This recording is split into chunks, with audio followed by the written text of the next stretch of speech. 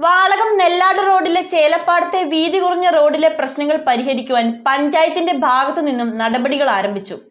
മുന്നറിയിപ്പ് ബോർഡുകൾ സ്ഥാപിക്കുന്നതിനാണ് പഞ്ചായത്ത് തീരുമാനമെടുത്തിരിക്കുന്നത്. പഞ്ചായത്ത് ഭരണസമിതി പൊതുമരാമത്ത് വകുപ്പ് ഉദ്യോഗസ്ഥരെ സമീപിച്ചാണ് തീരുമാനം കൈക്കൊണ്ടിട്ടുള്ളത്. വാളകം നെല്ലാട് റോഡിൽ ചേലപ്പാടത്തെ അപകടാവസ്ഥയെ തുടർന്നാണ് ആദ്യഘട്ടമായി റോഡിന്റെ ഇരുവശവും അപകട സൂചനാ മുന്നറിയിപ്പ് ബോർഡുകൾ സ്ഥാപിക്കാൻ തീരുമാനമായത്. റോഡിന്റെ വീതി കൂട്ടുന്നതിന് നിയമതടസ്സങ്ങൾ നീക്കാനുള്ള ശ്രമങ്ങളും ആരംഭിച്ചു. റോഡിന്റെ വീതിക്കുറവ് പരിഹരിക്കണമെന്നും സുരക്ഷാ ക്രമീകരണങ്ങൾ ഏർപ്പെടുത്തണമെന്നും ആവശ്യപ്പെട്ട് പഞ്ചായത്ത് ഭരണസമിതി പൊതുമരാമത്ത് വകുപ്പിനെ സമീപിച്ചതിനെ തുടർന്നാണ് നടപടി.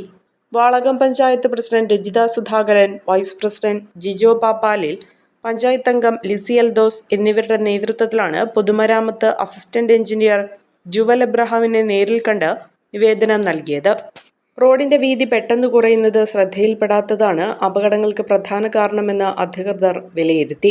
കഴിഞ്ഞ ദിവസം ഇവിടെ നടന്ന അപകടത്തിൽ സ്കൂട്ടർ യാത്രികൻ മരിച്ചതോടെ ജനരോഷം ശക്തമായിരിക്കുകയാണ്. അപകട മുന്നറിയിപ്പ് ബോർഡുകൾ സ്ഥാപിക്കുന്നതോടൊപ്പം നിയമതടസ്സങ്ങൾ നീക്കി വർഷങ്ങളായി മുടങ്ങിക്കിടക്കുന്ന റോഡ് വീതികൂട്ടൽ നടപടികൾ പുനരാരംഭിക്കണമെന്നുമാണ് പഞ്ചായത്ത് ആവശ്യപ്പെട്ടിരിക്കുന്നത്. 8 മീറ്റർ വീതിയുള്ള റോഡ് ഇവിടെ എത്തുമ്പോൾ 6 മീറ്ററിൽ താഴെയാകുന്നത് വലിയ വാഹനങ്ങൾക്കും ഇരുചക്ര വാഹനങ്ങൾക്കും ഒരുപോലെ ഭീഷണിയാണ്. നിലവിലുള്ള നിയമതടസ്സങ്ങൾ നീക്കി ജനങ്ങളുടെ ജീവൻ സംരക്ഷിക്കാൻ അടിയന്തര ഇടപെടൽ വേണമെന്ന് ജനപ്രതിനിധികൾ എഞ്ചിനീയറെ ബോധ്യപ്പെടുത്തി.